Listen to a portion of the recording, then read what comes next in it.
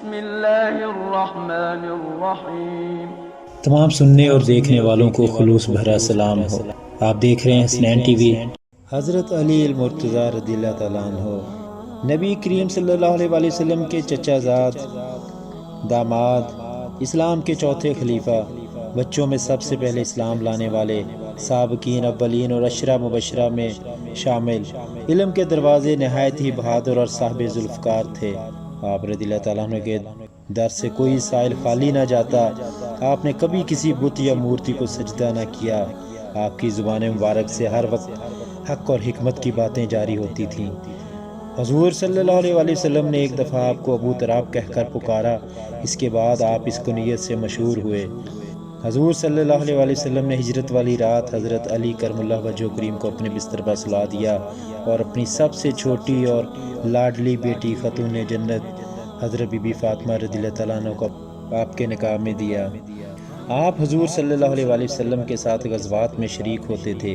جنگ بدر میں ولید اور جنگ خیبر میں مرہب آپ ہی کے ہاتھوں مارے گئے۔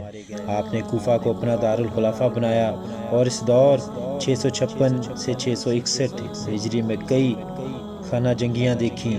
سیدنا علی رضی اللہ تعالیٰ عنہ سے مری ہوئی وہ کہتے ہیں کہ ابھی تک 9 عمر ہی تھا کہ رسول اللہ صلی اللہ علیہ وآلہ وسلم نے مجھے یمن کی طرف بھیج دیا۔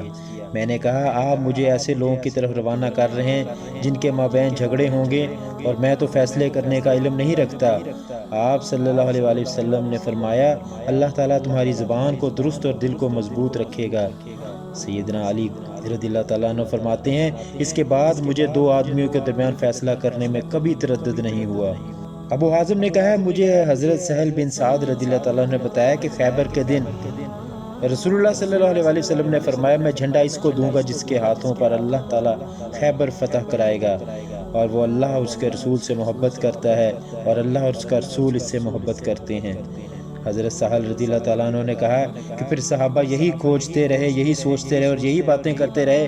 رات گزاری کہ یہ جھنڈا کس کو عطا ہوگا۔ جب صبح ہوئی تو سویرے سویرے تمام لوگ رسول اللہ صلی اللہ علیہ وسلم کے سامنے پہنچ گئے۔ ہر کسی کو یہ امید تھی کہ جھنڈا اسے ملے گا۔ رسول اللہ صلی اللہ علیہ وسلم نے فرمایا علی ابن ابی طالب کہاں ہیں؟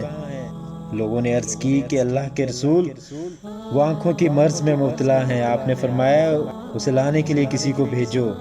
انہیں لایا گیا تو آپ نے ان کی آنکھوں میں اپنا لعاب دہن لگایا اور ان کے لیے دعا کی، اور اس طرح وہ ٹھیک ہو گئے جیسے انہیں بیماری تھی ہی نہیں۔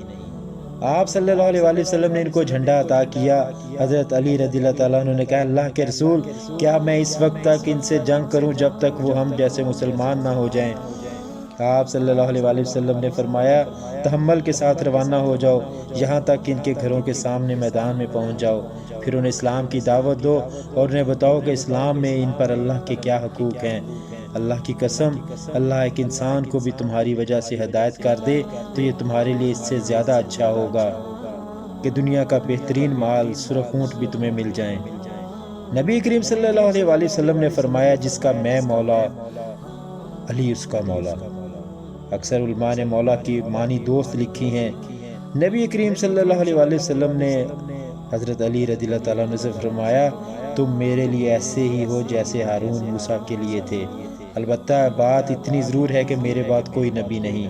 حضرت علی کرم اللہ وجہہ کریم نے فرمایا کہ آقا صلی اللہ علیہ وآلہ وسلم نے مجھ سے فرمایا تم سے صرف مومن ہی محبت کرتا ہے اور منافق ہی بغض رکھتا ہے۔ حضرت علی کرم اللہ وجہہ کریم کی خدمت میں ایک عربی عورت اور اس کی باندی حاضر ہوئی۔ آپ نے ہر ایک کو برابر طور پر غلہ کی ایک مقدار اور 40 درہم دیے۔ باندی تو اپنا حصہ لے کر خوشی خوشی واپس لوٹ گئی، لیکن وہ عربی عورت واپس نہ لوٹی۔ اس نے تعجب کرتے ہوئے کہا اے امیر المومنین آپ نے مجھے اتنا ہی دیا جتنا اس باندی کو، جبکہ میں عربی ہوں اور وہ ایک باندی۔ حضرت علی کرم اللہ وجہہ کریم نے جواب دیا میں نے اللہ کی کتاب میں غور کیا تو مجھے اولاد اسماعیل کی اولاد اسحاق پر کوئی فضیلت نظر نہیں آئی، اس لیے میں نے کسی کو ترجیح نہیں دی، برابری کا سلوک کیا۔ ایک دن حضرت علی رسول اللہ صلی اللہ علیہ وآلہ وسلم کی حدیث سے مبارکہ بیان کر رہے تھے۔ آپ نے ایک حدیث بیان فرمائی تو ایک شخص بولا آپ جھوٹ کہتے ہیں، ہم نے یہ بات نہیں سنی۔ حضرت علی رضی اللہ تعالیٰ نے فرمایا میں تیرے خلاف بد دعا کرتا ہوں کہ تو جھوٹا آدمی ہے۔ اس نے مغرور ہو کر کہا کر لو بد دعا۔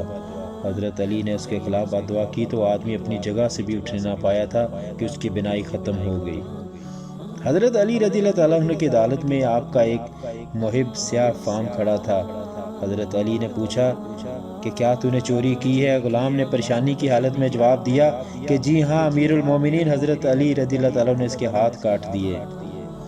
جب وہ غلام سزا بھگت کر واپس ہوا تو راستے میں اس کی ملاقات حضرت سلیمان فارسی اور ابن القوا سے ہوئی۔ ابن القوا نے مذاق اڑاتے ہوئے کہا کہ تیرے ہاتھ کس نے کاٹے؟ غلام نے کہا امیر المومنین حضرت علی ابن ابی طالب نے۔ ابن القوا نے طنز کرتے ہوئے کہا کہ انہوں نے تو آپ کے ہاتھ کاٹ دیے اور تو لگا ہے ان سے محبت کرنے اور ان کی تعریفیں کرتا رہتا ہے۔ غلام نے پر اعتماد ہو کر کہا کہ میں ان سے کیوں نہ محبت کروں اور ان کے گن گاؤں، انہوں نے میرے ہاتھ صحیح وجہ سے کاٹے اور مجھے دوزخ سے نجات دلائی۔ جب ابن الملجم نے حضرت علی رضی اللہ تعالیٰ عنہ کو زخمی کیا اور آپ بستر پر لیٹے ہوئے تھے تو ایک دن آپ کے بیٹے حضرت حسن رضی اللہ تعالیٰ عنہ روتے ہوئے آئے۔ حضرت علی نے ان سے فرمایا اے میرے بیٹے، مجھ سے پھر مزید 4 باتیں یاد رکھو۔